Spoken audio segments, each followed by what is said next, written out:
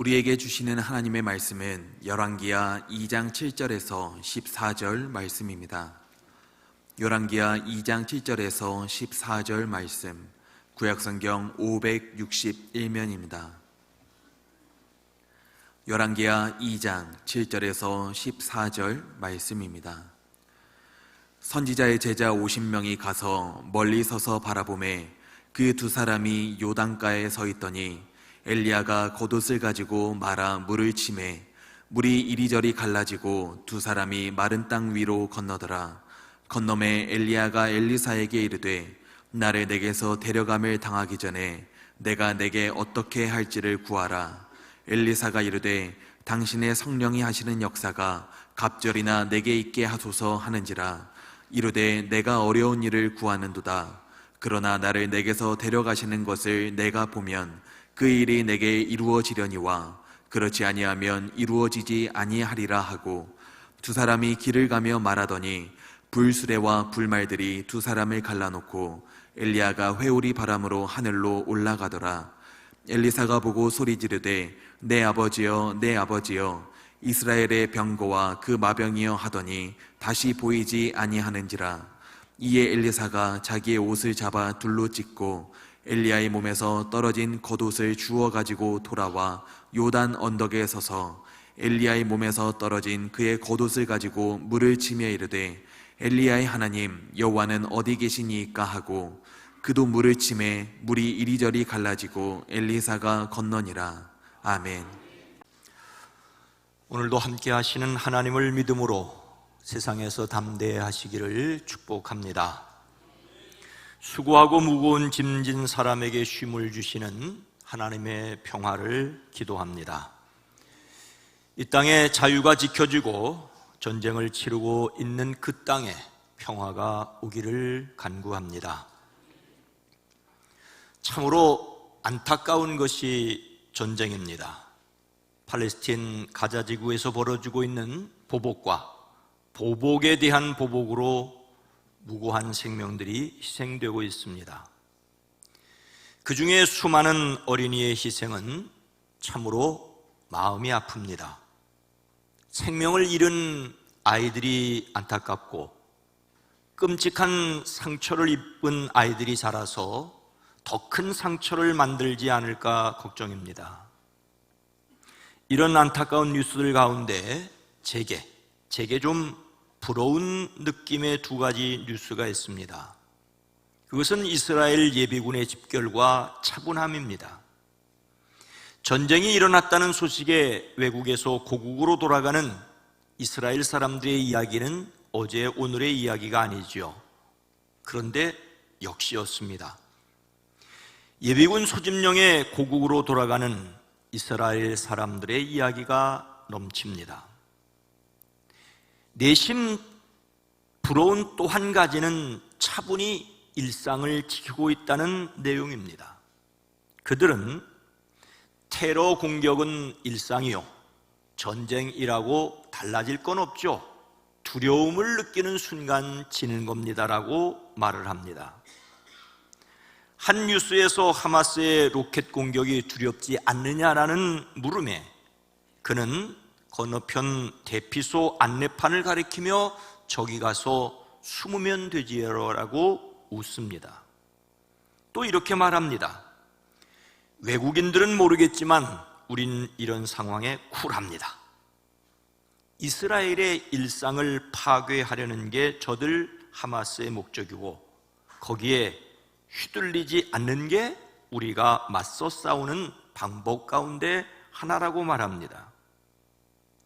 로켓 공격의 목표물이 된 시민들은 놀라울 만큼 냉정한 모습으로 일상을 유지하고 있습니다.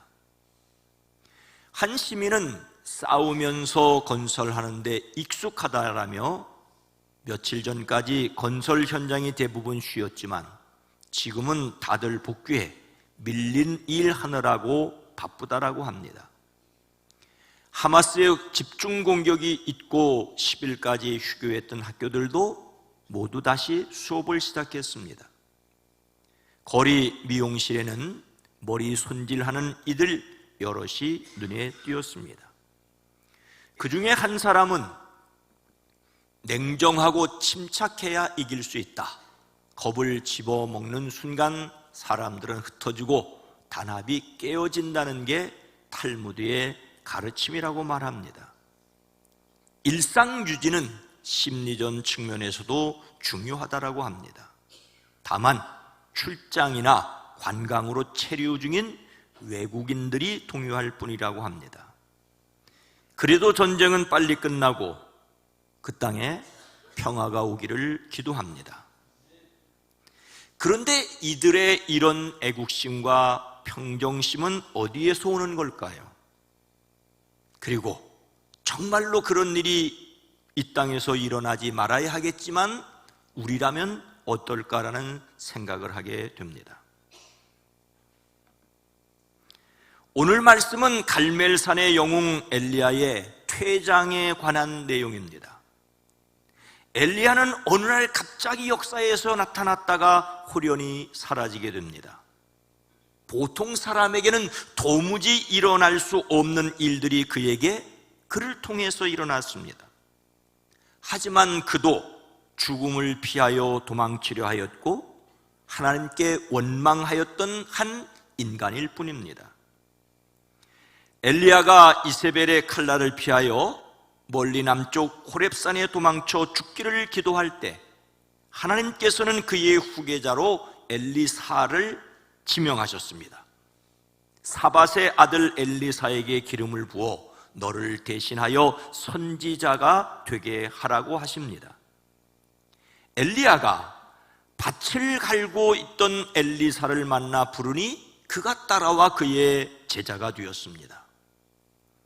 그동안 나봇을 죽이고 그의 포도원을 강제로 차지하였던 아합도 죽었고 아합을 이어 왕이 되었던 그의 아들 아하시야는 2년 만에 다락방 난간에서 떨어져 죽었습니다.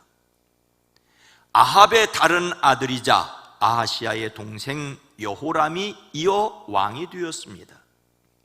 이때 엘리야의 영적 지도력이 엘리사에게로 넘어가는 오늘 말씀이 있습니다. 엘리사가 다른 사람들과 달랐던 것은 무엇일까요? 7절 말씀입니다. 선지자의 제자 50명이 가서 멀리 서서 바라보매 그 두 사람이 요단가에 서 있더니 하나님께서 엘리야를 회오리바람에 실어 하늘로 데리고 올라가실 때가 되었습니다. 회오리바람은 격렬하게 흔들리다는 뜻에서 유래한 비를 동반하지 않은 강력한 돌풍을 가리킵니다. 성경에서 이런 바람은 하나님의 심판이나 임재를 가리키지만 여기에서는 하나님의 능력을 상징합니다. 하나님께서 그분의 전적인 능력으로 엘리야를 하늘로 들어 올리기로 하셨습니다. 여기서 하늘은 사람의 눈에 보이는 푸른 하늘, 스카이가 아니라 하나님의 영역으로서의 하늘, 헤븐입니다. 하나님께서 그 능력으로 엘리야를 그곳으로 옮기기로 하셨습니다. 이것은 오직 하나님의 주권적 능력으로 이루어지는 일입니다. 엘리야는 자기에게 이루어질 일을 알았습니다. 엘리야는 엘리사와 함께 길가를 떠나 길을 가다가 그에게 말하지요. 자네는 여기 남아있게. 나는 여호와의 분부대로 베델로 가야 하네. 엘리야는 그 자신에게 따라오지 말고 그곳에 남아있으라고 엘리사에게 말하였습니다. 왜냐하면 하나님이 그를 베델로 보내시기 때문이라고 하였지요. 하지만 엘리사는 단호하였습니다. 결코 안 됩니다. 스승님께서 돌아가시기라도 한다면 모를까 절대로 스승님과 헤어질 수 없습니다. 그래서 두 사람은 함께 베델로 내려갔습니다. 엘리사가 하나님의 말씀을 무시해서가 아니라 엘리야와 끝까지 함께 하고 싶었기 때문이지요. 그들은 함께 같은 길을 갔습니다. 엘리야와 엘리사가 함께 베델에 도착하자 그곳에 살고 있던 선지자 수련생들이 마중을 나왔습니다. 그들은 엘리야의 제자이었고 또한 엘리사의 동료이자 또한 그의 제자들이었습니다. 이스라엘에는 사무엘 선지자 이후 계속해서 그 정신과 활동을 계승하는 사람들이 있었습니다. 엘리야나 엘리사처럼 성경에 이름이 기록된 사람들도 있었지만 이름이 드러나지 않은 수많은 사람들이 있었습니다. 아합의 아내 이세벨은 바알 선지자 450명과 아세라 선지자 400명을 먹여 살렸습니다. 그 가운데 오바댜는 이세벨이 죽이려고 하나님의 선지자를 죽이려 할 때 50명씩 좋게 100명을 살려두었습니다.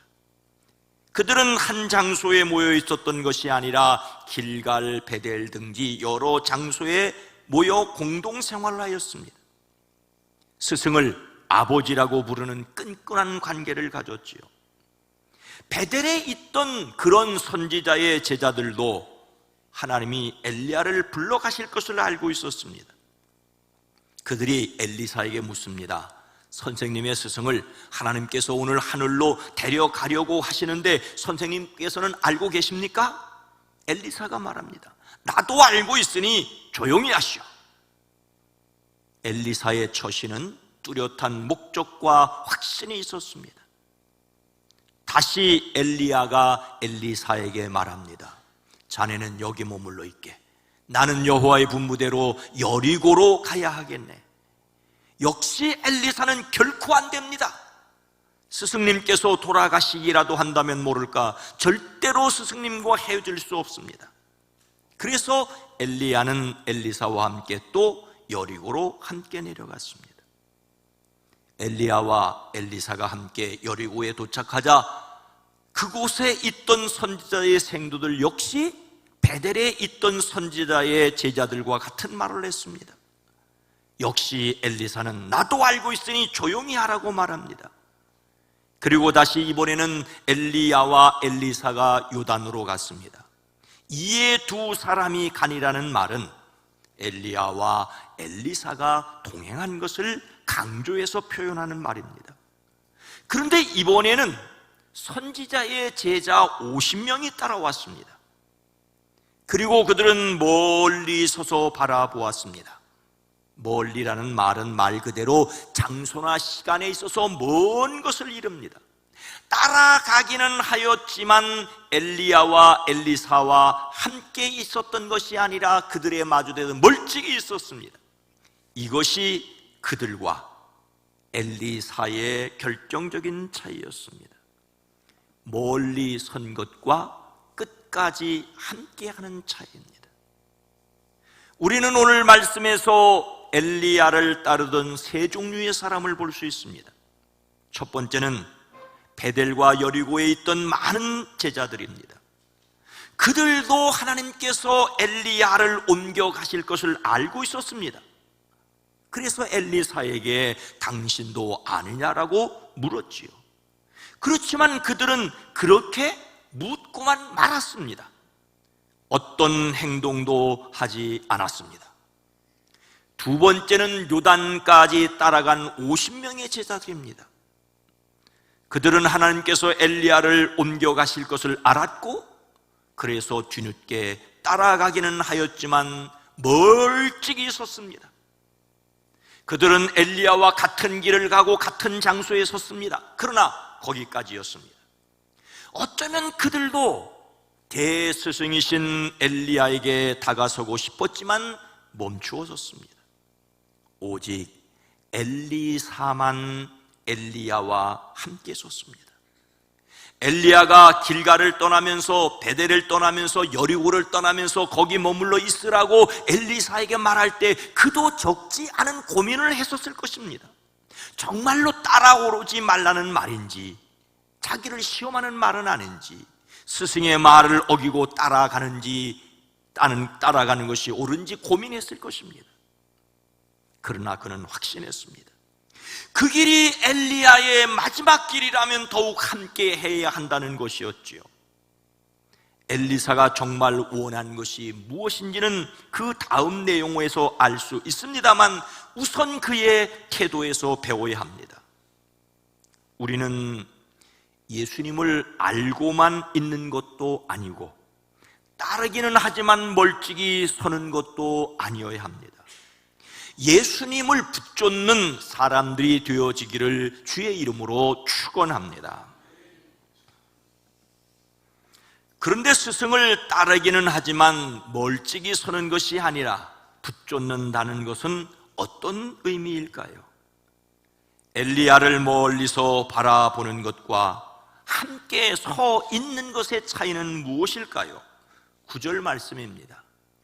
건너매 엘리야가 엘리사에게 이르되 나를 내게서 데려감을 당하기 전에 내가 내게 어떻게 할지를 구하라. 엘리사가 이르되 당신의 성령이 하시는 역사가 갑절이나 내게 있게 하소서 하는지라. 엘리야가 자기의 겉옷을 벗어서 말았습니다. 그리고 요단강 물을 치니 물이 좌우로 갈라졌습니다. 여기서 겉옷은 길고 소매가 없는 헐렁한 외투나 또는 어깨를 감싸는 망토를 가리킵니다. 하지만 장엄하다, 영광스럽다는 말에서 유래되어 영광이라는 의미가 있습니다. 모세의 손에 들려줬던 지팡이처럼 선지자 직분의 위엄과 영광을 상징하는 것이 엘리야의 겉옷이었습니다. 그런데 이제 엘리야가 그것을 벗었습니다. 그는 자신의 직분을 내려놓고 하나님께서 선택한 사람 엘리사와 함께 마지막 길을 갑니다. 멀찍이 떨어져 그들을 바라보는 다른 제자들에게 엘리사가 자신의 계승자임을 분명히 보여주었습니다. 두 사람은 물이 마른 강바닥을 밟으며 요단강을 건넜습니다. 강을 건넌 뒤에 엘리야가 엘리사에게 묻습니다. 하나님께서 나를 데려가기 전에 내가 내게 어떻게 해주기를 바라느냐? 지금까지 엘리야는 엘리사를 시험하였습니다. 정말로 끝까지 따라오는지를 보았습니다. 그리고 이제 그가 원하는 것이 무엇인지를 묻습니다. 엘리사는 스승이 가지고 계신 능력을 제가 갑절로 받기를 바랍니다라고 말하지요. 당신의 성령이 하시는 역사가 갑절이나 내게 있게 하소서라고 말합니다. 이것은 우리도 잘 알려진 말입니다. 갑절의 영감을 내게 주소서. 그러나 이것이 무엇인지에 대해서는 해석이 분분합니다. 엘리야가 받았던 영적 능력의 2배를 엘리사가 받기를 원했다는 뜻으로 알려졌습니다. 그렇습니다. 엘리사는 엘리야보다 더 큰 능력의 사람이 되기를 원하였을 수 있습니다. 그러나 여러분, 능력이 갑절이나 있다는 것은 좋은 것일 수 있지만 단지 엄청난 능력을 원하는 야망이나 욕심이라면 매우 위험한 것일 수 있습니다. 사도 바울은 고린도 교회에 너희는 더욱 큰 은사를 사모하라, 내가 또한 가장 좋은 길을 너희에게 보이리라고 하였습니다. 하지만 여기서 큰 은사는 곧바로 이어지는 말씀에서 사랑이라는 것을 우리는 잘 알고 있습니다. 그리고 그 사랑이라는 것이 일반적이지 않다는 것도 알고 있습니다. 내가 내게 있는 모든 것으로 구제하고 또 내 몸을 불사르게 내줄지라도 사랑이 없으면 내게 아무 유익이 없느니라고 말씀하였습니다. 자기 몸을 내어주는데 사랑이 없을 수 있다는 말입니다. 절대적인 하나님의 사랑을 말씀하고 있습니다. 단지 남들보다 더 큰 능력을 원했다고 한다면 엘리사를 오해하는 것입니다. 엘리사는 엘리야에게 당신의 성령이라고 말하였습니다. 하나님의 성령이 아니라 엘리야의 성령입니다. 이것은 엘리야가 다른 사람들을 섬겼던 봉사를 가리킨다고 볼 수 있습니다. 마침 한 집안의 맏아들이 다른 형제들이 받을 몫의 2배의 몫을 받는 것과 마찬가지입니다. 2배의 유산을 맏아들이 받는다는 말은 그만큼 섬겨야 할 책임이 크다는 의미입니다. 엘리사가 엘리야에게 원하였던 것은 자신을 엘리야의 영적 장자로 취급하여 그 선지자의 직분을 계승할 수 있게 해달라는 요청이었습니다. 더 많은 능력을 행하고 싶다는 발상이 아니라 스승이 가졌던 영적 섬김을 자신이 이어가고 스승이 걸어간 그 길을 자신도 걸어가고 싶다는 의지의 표현이었습니다. 그래서 그 이후에 엘리사에게 임한 능력은 하나님이 그와 함께 계신다는 것 그 자체였습니다. 엘리사의 요구에 엘리야는 이렇게 말하지요. 너는 참으로 어려운 것을 요구하는구나. 하나님께서 나를 너에게서 데려가시는 것을 내가 보면 내 소원이 이루어지겠지만 그렇지 않으면 그것이 이루어지지 않을 것이다.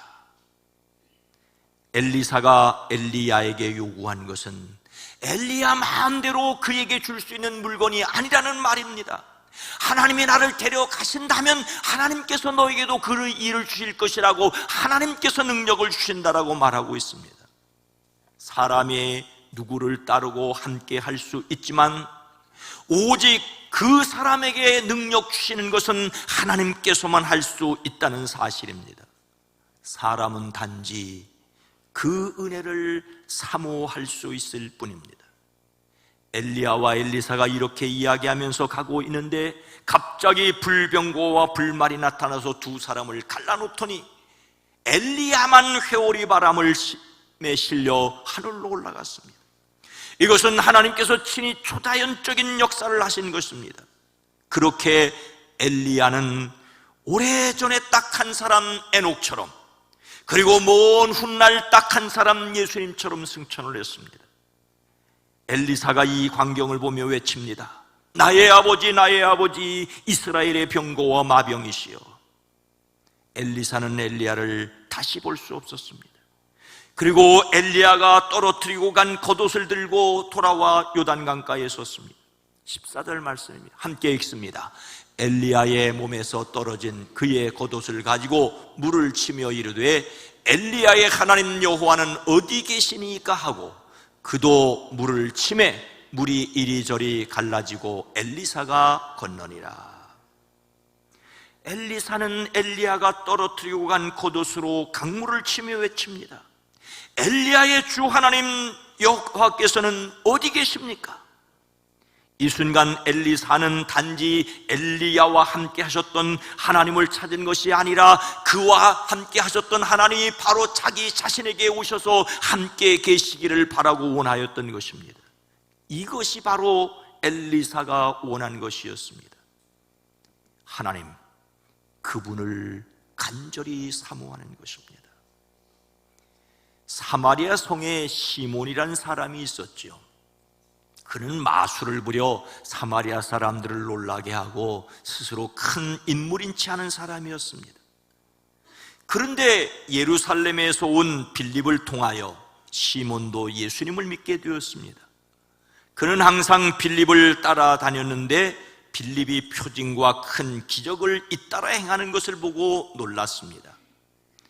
그때 예루살렘에 있던 사도들이 사마리아 사람들이 하나님의 말씀을 받아들였다는 소식을 듣고 베드로와 요한을 그들에게 보냈습니다.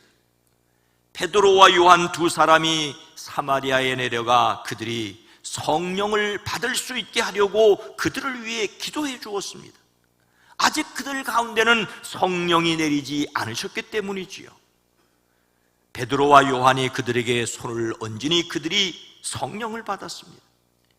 사마리아 시몬은 이것을 보고 자신도 자신의 손을 얹는 사람들이 성령 받기를 바라고 베드로와 요한에게 돈을 주면서 내가 손을 얹는 사람마다 성령을 받도록 내게도 그런 권능을 주시오라고 하였습니다. 이에 베드로가 말합니다. 그대가 하나님의 선물을 돈으로 사려고 하였으니 그대는 그 돈과 함께 망할 것이요. 사마리아 시몬은 돈을 주고 성령의 은사를 사려고 하였습니다. 그는 악의가 가득하여 불의에 얽매여 있었습니다. 사마리아 시몬은 곧바로 회개하고 당장은 멸망하지 않았지만 결국 그 자신의 욕심을 버리지 못하고 초대교회의 이단이 된 것으로 알려져 있습니다. 만약 엘리사가 엘리야와 같은 능력만, 그것도 갑절이나 원하였다면 크게 잘못될 수 있었지만 그는 그렇게 하지 않았습니다. 그가 엘리야의 능력이 아니라 엘리야의 하나님이 아니라 그 하나님이 그의 하나님이 되기를 구하였기 때문입니다. 우리말에 10번 찍어 안 넘어가는 나무 없다는 말이 있습니다. 하지만 이것이 욕심이나 집착이 된다면 끔찍하게 이를 데 없지 않지 않겠습니까? 꿈을 가진다는 것은, 큰 꿈을 가진다는 것은 좋은 일이지만 반드시 건전한 꿈이어야 합니다. 하나님의 뜻을 생각하지 않는 꿈이라면, 사람 사랑을 포함하지 않는 열망이라면 차라리 이루어지지 않은 것이 모두를 위해 좋습니다. 하나님의 뜻에 순종하며 그 뜻을 이루는데 쓰임받는 저와 여러분이 되어지기를 주의 이름으로 축원합니다. 그래서 알아야 할 것이 있습니다. 요한복음 15장 7절 말씀입니다. 함께 읽습니다. 너희가 내 안에 거하고 내 말이 너희 안에 거하면 무엇인지 원하는 대로 구하라. 그리하면 이루리라. 예수님께서 자신과 자신을 믿는 사람들의 관계를 포도나무를 비유로 말씀하십니다. 나는 참 포도나무요 내 아버지는 농부시라. 그리고 또 나는 포도나무요 너희는 가지라고 하십니다. 포도나무와 가지는 뗄래야 뗄 수 없는 관계를 말합니다. 가지가 줄기를 떠나면 아무것도 할 수 없습니다. 여기에서 예수님께서 말씀하신 포도나무 비유의 진짜 뜻을 들어야 합니다.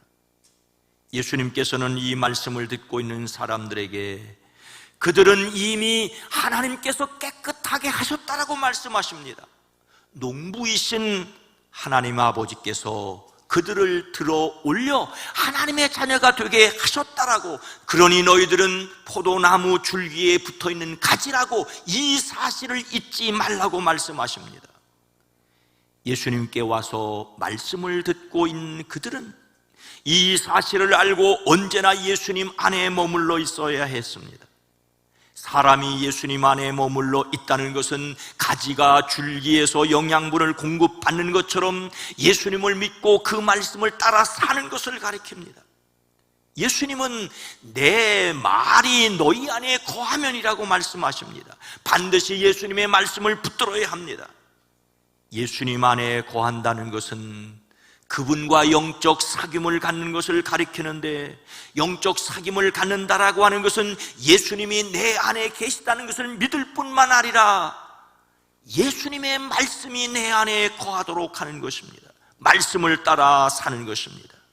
우리는 두 가지를 열심히 해야 합니다. 하나는 내가 예수님 안에 있다는 것을 믿는 것과, 또 하나는 말씀이 내 안에 머물러 있게 해야 한다는 결단입니다. 예수님께서 십자가에서 고난을 겪으시고 제자들의 곁을 떠나실 것을 말씀하시자 그들은 염려하고 두려워하였습니다. 이런 제자들에게 예수님께서 마음에 근심하지 말고 하나님을 믿고 나를 믿으라고 말씀하십니다. 그리고 계속해서 하신 말씀이 바로 이 포도나무의 가지처럼 예수님과 제자들은 긴밀한 사이라고 말씀하셨습니다. 우리는 예수님 안에 머물러 열매 맺어야 합니다. 엘리사는 엘리야에게서 갑절의 능력을 받기 위해서 붙쫓았습니다. 순수한 우리 말인 붙쫓다는 말은 존경한다는 말이기도 하고 섬겨 따른다는 뜻이기도 합니다. 엘리사는 엘리야를 존경하였습니다. 엘리야의 손에 물을 부어드리는 허드렛 일도 마다하지 않았습니다. 그를 시험하기 위하여 따라오지 말고 머물라는 말에도 끝까지 따라갔습니다. 이것은 더 많은 능력을 갖추기 위한 욕심이 아니었습니다. 엘리야를 정말로 스승으로 존경하였고, 엘리야의 하나님이 나의 하나님이 되기를 간절히 원했던 것입니다. 예수님의 제자는 엘리사가 엘리야에게 했던 것처럼 예수님을 붙잡는 사람들이어야 합니다. 무엇보다도 그 말씀을 마음에 담고 살아가야 합니다. 사랑하는 성도 여러분, 많은 사람이 이스라엘이 믿는 하나님과 우리가 믿는 하나님을 혼돈합니다. 그리스도인들조차도 자신이 친이스라엘적이어야 하는 것으로 오해하기도 합니다. 우리는 예수를 믿는다는 것 때문에 친이스라엘적이어야 하거나 또는 반이스라엘적이어야 하는 선택을 강요받지 않습니다. 유대교와 그리스도교는 같은 하나님을 믿는 듯하지만 전혀 다른 하나님을 믿습니다. 결정적인 차이는 예수님을 그리스도로 인정하느냐 하지 않느냐의 차이입니다. 이것이 결정적인 이유는 보복하시는 하나님이시냐 사랑하시는 하나님이냐는 차이 때문입니다. 사랑의 하나님을 믿지 않는다면서도 얼마든지 애국심과 평정심을 가질 수 있습니다.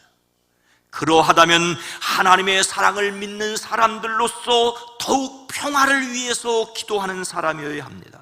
평화를 위해서 힘쓰는 것이 참으로 우리에게 갖추어야 할 능력입니다. 그리스도이신 예수님께서 말씀하십니다. 평화를 이루는 사람은 복이 있다. 하나님이 그들을 자기의 자녀라고 부르실 것이다.